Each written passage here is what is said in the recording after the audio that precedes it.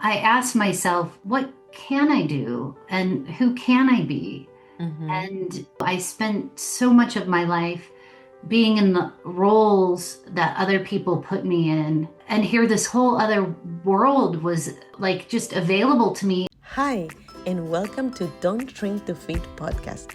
This podcast is all about you and all the courageous, driven women like you.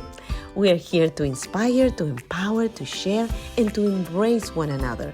We will be talking with women from different backgrounds and careers about love, family, friendship, their wins and falls, and what it took for them to live the life they love. I am your host, Claudia Noriega-Bernstein, and I am so happy you're here today. Hi, everyone. I'm so happy you're here because today is going to be a very, very inspiring episode.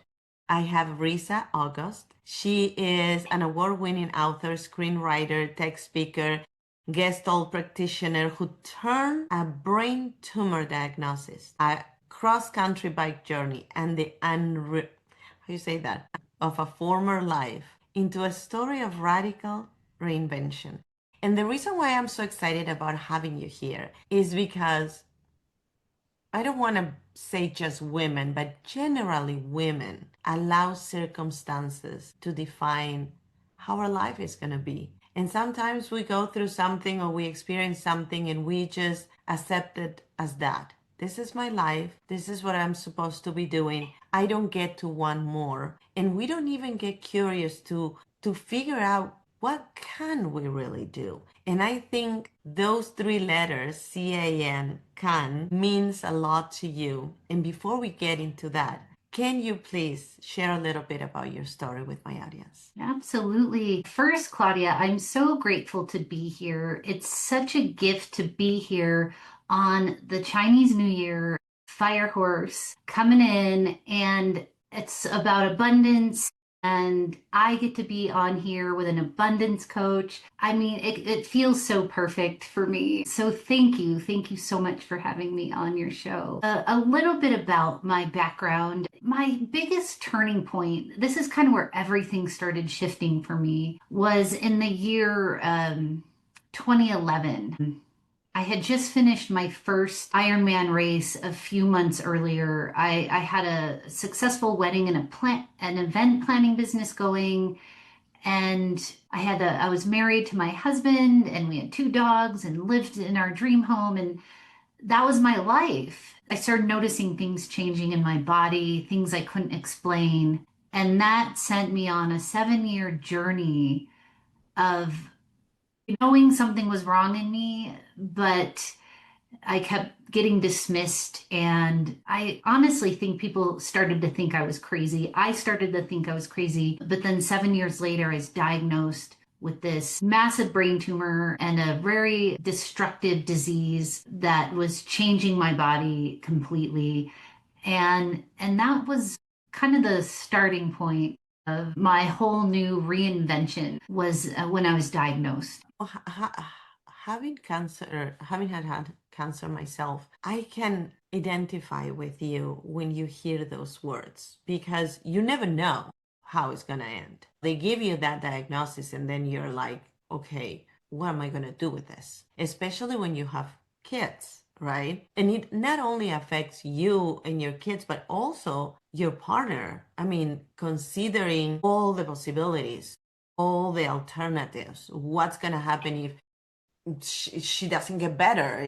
God forbid she passed away, how my life is going to change. But when I received that diagnosis, my biggest fear was who's going to raise my kids? I am going to do whatever I can to get better. And that's that word again, right? Whatever I can to get better because I don't want anybody raising my kids. What was your fuel in that moment? What was in your mind in that moment? Well, I'd like to talk about this moment when I was sitting in the doctor's office, and I remember I was more focused on the validation of this diagnosis because, I mean, it was 7 years. It took 7 years of me seeing doctors and being told, you're fine. Your blood work's fine. We're not worried. You're an athlete. You're probably overtraining. And in that moment in the doctor's office, all I cared about was the validation. It wasn't even like computing yet that I had to have brain surgery and the potential outcomes of that. And so that was the first step. When it started to sink in, I think I was still in this mindset of, okay, well, what do we need to do to get on with this? Like, I need to get on with my life. It never crossed my mind that I wouldn't bounce back or that, like, I just thought it was, I had to have surgery and I could get back to my life. Mm-hmm. And it wasn't until post surgery and finding out they couldn't get the entire tumor and then going through radiation treatment that I realized I would never be the same person ever again. So it took me a little while. I don't know if I was stubborn or just uneducated, but it took me a little while to get there and realize, oh, wait a minute, this is serious. One thing that I remember in I have to say I get a lot of emails from incredible people that want to be in the show. And when I saw your email, I stopped on my tracks because this is what the show is about. You had that diagnosis and you didn't just throw the towel and said, oh, well, this is what I'm supposed to be. And this is my life. And nice to meet you all. I'm going to die. You really went into yourself. You went within and you looked for what you could do and what piece of you was going to come forward. And that part of your speech really stayed with me because we get to choose what part of ourselves is going to come forward. We are so quick to just accept the roles that were assigned to us. And we don't get curious. We don't see the possibilities. We just accept what is. And unless you are in a process of healing and unbecoming, you don't know what to do at that moment. You just follow whatever the doctor or your husband or your mother or your friends are telling you you should be doing to get better. But you didn't do that. You went farther than that, right? I did, yes, and that's beautifully said. I kind of was falling into this place of grief when it hit me that I was never going to be the same. My body wasn't going to function the same again. My cognition, memory, my brain body connection, like nothing was the same and I wasn't sure it was going to ever be the same again. I remember I'd been laying on the couch. It was a very profound moment for me. I was laying on the couch thinking, I think I was 5 months post surgery, 6 months post surgery. And I remember thinking, like, this is no way to live. Like, I can't live this way. And I had been so focused on, I can't do this, I can't do that. I'll no longer be that person. I got tired of that story. I got tired of it. And so I asked myself, well, what can I do? And who can I be? I spent so much of my life being in the roles that other people put me in. And here, this whole other world was like just available to me. And there was all these other parts of Rissa available to me that I'd never maybe allowed to step forward and or step into really. So once I shifted that perspective and shifted that focus, everything opened up for me. And again, it wasn't an easy overnight thing, but No. that was a very profound moment. It was almost like making a decision like I'm gonna live and this I'm gonna do it and I'm gonna do it my way. But what you said is so true. I mean, we have that choice. We don't always take that choice, but Yeah. we have that choice. And sometimes when something horrible happens to us, it's really happening for us, and it's not a cliche. It's an opportunity to see, okay, this has been taken away. Could be your health, could be your money, could be your relationship, whatever it is. This has been taken from me. Now, what can I do with what is left? What can I create? Yes, you are not going to be the same person again. Of course, not only because of the experience, even if they would take all the cancer and you would be in perfect shape, that experience changed who you were. So you were never going to be that person again, but you took a step further. You said, okay, now what can I do with what I have? and stop grieving what I had.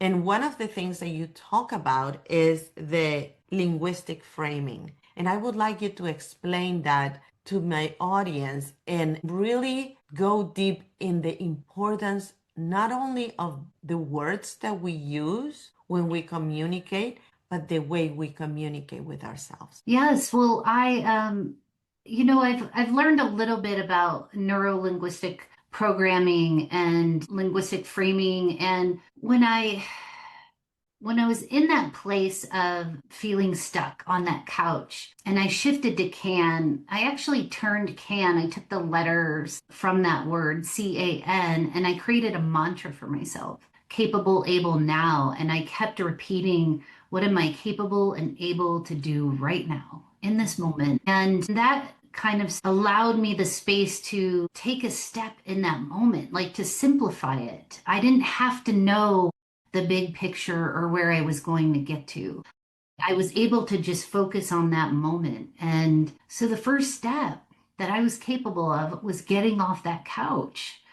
And so that word can went on to become this mantra, and I used it kind of moving forward from that point on. I also started learning how there's science backed data that words can change our bodies physically. Like they can embed themselves into our genes, our cells, every essence of us. And it's proven that changes happen. And we see this with some incredible speakers all around the world. And so to me, that word can, that simple word changing from can't to can, had way more power than I even realized. And so eventually getting off the couch, because that's what I could do in that moment, I eventually was able to get back on my bike, which was something I loved doing, and then eventually ride 1,800 miles and so on and so on. But it took one step in that moment.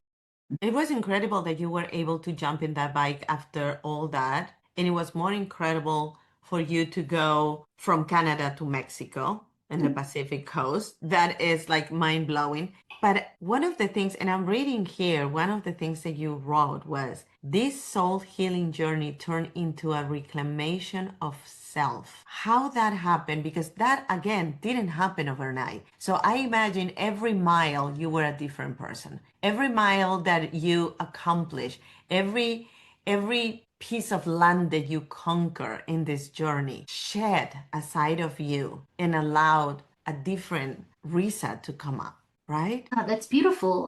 I feel emotional when you say that. Yes, it was extremely profound, but it wasn't anything I thought it was going to be. I actually went into that ride, and again, for the listeners out there, it wasn't an overnight thing. I actually started painting first, again, anything I could do to not go back to that couch. And then eventually I walked to my mailbox, and then I got on my bike for 5 minutes. And then after 14 months, I got to that Canadian border. And I remember I call her old Rissa, this stubborn Rissa, this very rigid Rissa. She was saying, I'm going on this bike journey. It's going to be soul healing, and it's going to be what I want and how I want. And I'm going to do it my way. And there was kind of that old rigid me stepping forward again. But throughout the journey, I started realizing I needed to let go of that. I needed to allow space for new Rissa to step forward. And so a lot of that was patience and trusting my body, trusting the universe, if you will, going with the flow, being patient, being kind, being open to connection, being open to support. I mean, there were so many things. And by the end of the trip, again, it wasn't what I expected at all, but it was even a better version of me was now stepping forward. And I wasn't miraculously healed. Things weren't all perfect in my life. I had to face some really hard things when I returned, but now I felt I was in the space to do so. I felt Right. like the parts of me that needed to step forward were finally there showing up. So yes, it was an incredible transformation and unexpected. And I love that you said patience because it happens to me when I am with a new client, they want this magic Kool-Aid that I'm going to provide to them, and in a week the perfect life is going to show up in front of them. It took you 30, 40 years to get where you are, and you are not gonna undo that overnight. So giving ourselves grace, I think, is one of the most important ingredients in this transformation. And not only the acknowledging of the parts of you that needs to grow or heal, but giving yourself grace when those changes don't happen when you want them to happen, because it's not going to be overnight and you're going to have step backs. It's like a dance. I always say life is like a dance, two step forwards, one step backwards.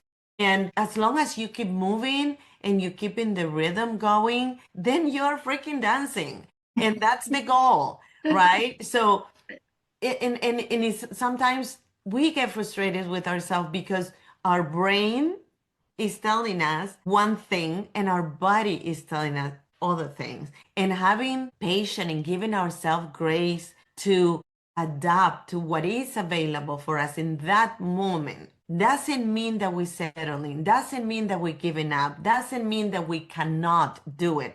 What it means is that it's going to take a little more from us to achieve that goal. And one of the things that I love that you said in your speech was progress is not about pushing. And I think that was a reminder that you have to gift to yourself over and over again. And in a way, give yourself a pass, right? Like, okay, we're not doing it today. Doesn't mean it's not available for me, but not today. And that's okay. I love that. Absolutely. And I continue to evolve to this day. Like parts of me continue to emerge and expand. And I love that. And if we stay open to that and patient, it's actually exciting. It feels exciting. And in a way, I think it's juicy because if it's like when you want to go to the gym and you don't want to go to the gym, but then when you finish your workout, you feel accomplished. It's not that you were suffering that half an hour. And I'm not a workout person, but I see my husband that sometimes he doesn't want to do it. And then he's like, I feel better when I did it. And I'm like, well, I get that because that happens to me when I write. Sometimes I'm not in the mood, but I want to finish an article. I want to finish a chapter of a book. And I'm like, okay, I'm going to push myself to do it. But then I hold myself back and I'm like, no, wait a minute. This is not about pushing. This is myself about allowing to flow with this moment and be in the moment and savor this moment and not just be against it or fight it or restrict myself from it. And I think that that was a big part of this journey for you, to the point that inspired you to write a book. Tell me more about that book. Yes, well, going back to that sofa, I started reflecting on my life as many people do when they are facing really challenging circumstances. And I started thinking about all the things I said I was going to do someday. And so I pulled out, a bucket list, so to speak, and I had been wanting to write a book for probably a couple decades. And I realized like now was the time. Like this was it. This was my story and no more waiting for someday. And so that's kind of where it started. But everything felt aligned, it felt right. And again, it wasn't smooth. I wanted to quit writing the book so many times, but I was determined. And again, I wanted to go forward in life in a new way. And that meant, okay, this is something I always wanted to do. I'm going to take the good with the bad, the hard with the easy, all of it. And so I went on to write the memoir about this bicycle journey and my transformation through it and my diagnosis. And it's been received so well. I was in such knots before it went to press, and I've been so grateful for how well it's doing. And I think it's doing so well also because we all need those inspiring stories. We don't know what we're capable to do until we are in the hurricane, until we are going through it. Yeah. I just uploaded an interview my daughters did. My daughters interviewed me 10 years ago. My kids are adult kids now. They're 20, 28, 20, 30, and 33. She just turned 30. And they did an interview, and I didn't even know what they were going to ask me. So they put all these questions in a bowl, and they were picking up the questions, and they were things that they wanted to know about me. And when I listened to the interview, I didn't listen to the interview for 10 years, but I wanted to share it on Valentine's week. And when I listened to myself, I was like, I want to meet her. Like, it's good to remind ourselves how incredible we are, and that version of ourselves still inside of us. Like, you might not have been very proud of that woman or that version of yourself in that couch, but look what that woman created. Look what that woman brought to the world, and look where that woman is right now. And you should be so proud of yourself because she's part of who you are right now. Like, you're gonna bring me to tears. That's so beautiful. Thank you. But it's true, and we forget that. We didn't get to be this version of ourselves overnight. We had to go through the hard times. We had to go through the crying and through the stress and through the, I don't know what the hell am I going to do tonight. But we got through it. We are here right now. So those versions of ourselves need to be honored and remembered and acknowledged. And I love when I interview women like you that had gone through the fire and come out the other way and wrote about it, because those are billboards of possibility for other women that maybe right now are listening to this podcast in a couch with a pair of gray sweats like you were, and they don't see the light at the end of the tunnel, and they have accepted their reality as their destiny. And this is all it is for me. And I'm here to tell you it's not. So get the hell out of that couch, because look at Risa, okay, for a moment. And if she was able to accomplish what she has accomplished, so you just need to make the first step. I always say readiness is not a moment that comes to you. It's a decision. Yes. You make that decision. I'm ready. I'm doing it. Even if things are not aligned, because the how is gonna come. As long as you know your why and your what, the how is gonna show up. And what you said is super important. Even if you don't know what it is and you only know your why, okay? Go into your bucket list. Make a list of things that you always wanted to do or accomplish, and pick one, even if it's the easiest one. Doesn't matter, because that piece of information is going to go to your brain and it's going to create evidence that you're capable. You can do it. Again, the word can. And it's so important the way we speak to ourselves and the way we love ourselves and the way we are kind to ourselves. We are so inclined to highlight our defects and what we don't do right. Oh, I'm so clumsy. I'm so stupid. I'm so this. I'm so that. How about I'm so brilliant. I'm so smart. I'm so beautiful. I'm so kind. The way we speak to ourselves is so, so, so important. And especially as moms, because our kids are watching how we talk to ourselves and they're learning from us. And you, I'm sure, are, I mean, your kids are, I don't know. My mom was able to do this, like, those shoes are pretty big to fill. Yes, well, and there's still days because I still battle my disease and all the complications that come with it. And there's days where I get up, I sit up out of bed, and I get up and I get my clothes on for the day and I cheer myself on. I'm like, I'm not joking. I'll be like, yes, Rissa, way to go getting dressed today. Way to go to getting yourself up and ready to start the day. Like, sometimes it's as simple as that. Like, I have to take those what seem like small wins that we take for granted. Like, I have to congratulate myself on those moments because those are important too. Again, they're just one small step in the bigger picture. So celebrate those small wins. So important. Whatever it is, it doesn't have to be an 1,800-mile bike ride. Right, right. Because that didn't happen overnight, like you said. You first were in your basement in a bicycle there, maybe doing 5 minutes at the time. Yeah. And it brought you all the way to the 1800. So you start with one step. I wanted to ask you, if you could go back in time, what would you tell that Risa in the couch? Oh gosh, I feel emotional around this question.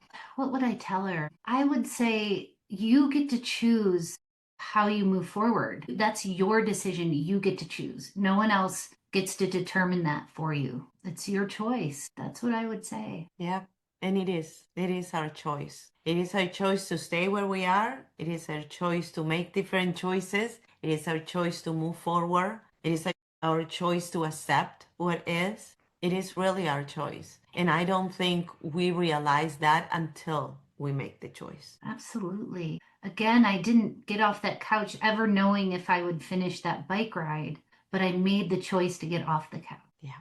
Thank you so much, Risa. This has been so enlightening and so beautiful. And I love talking to you. Where is your book? Where can they get your book? I will have it in the description and in the event that somebody's just listening. Well, thank you. You can certainly get it on Amazon, The Road Unpaved, Border to Border with a Brain Tumor and a Bike, or you can find it on my website at risaaugust.com, RISA August, just like the month. Okay, amazing. Do you want to add anything? I want to just say that I ended up checking some other things off my bucket list, like trekking in Peru. I love that. You know, I'm from Peru.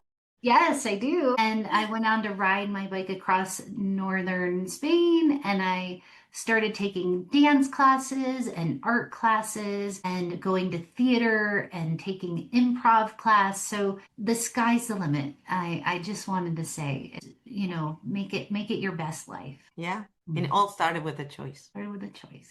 Thank you, Beautiful. Claudia. Appreciate you. Thank you. This was such a good interview. I enjoyed it. I hope you enjoy it too. I wanted to remind you to sign up for my newsletter. I not only have parts of the interview that you didn't listen to, but I also have book recommendations. Sometimes I have quizzes, sometimes I have giveaways. So it's a great way to stay in touch with me and to know what's coming. So the link is in the bottom of the description of the show, and you can also get the free workbook. So go check it out. I see you next time. Bye-bye. Thank you all for listening to the Don't Shrink to Fit podcast. If you like this episode, please write a juicy comment below and subscribe to my podcast.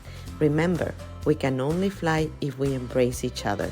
Until next week, be happy, be safe, and be kind to yourself.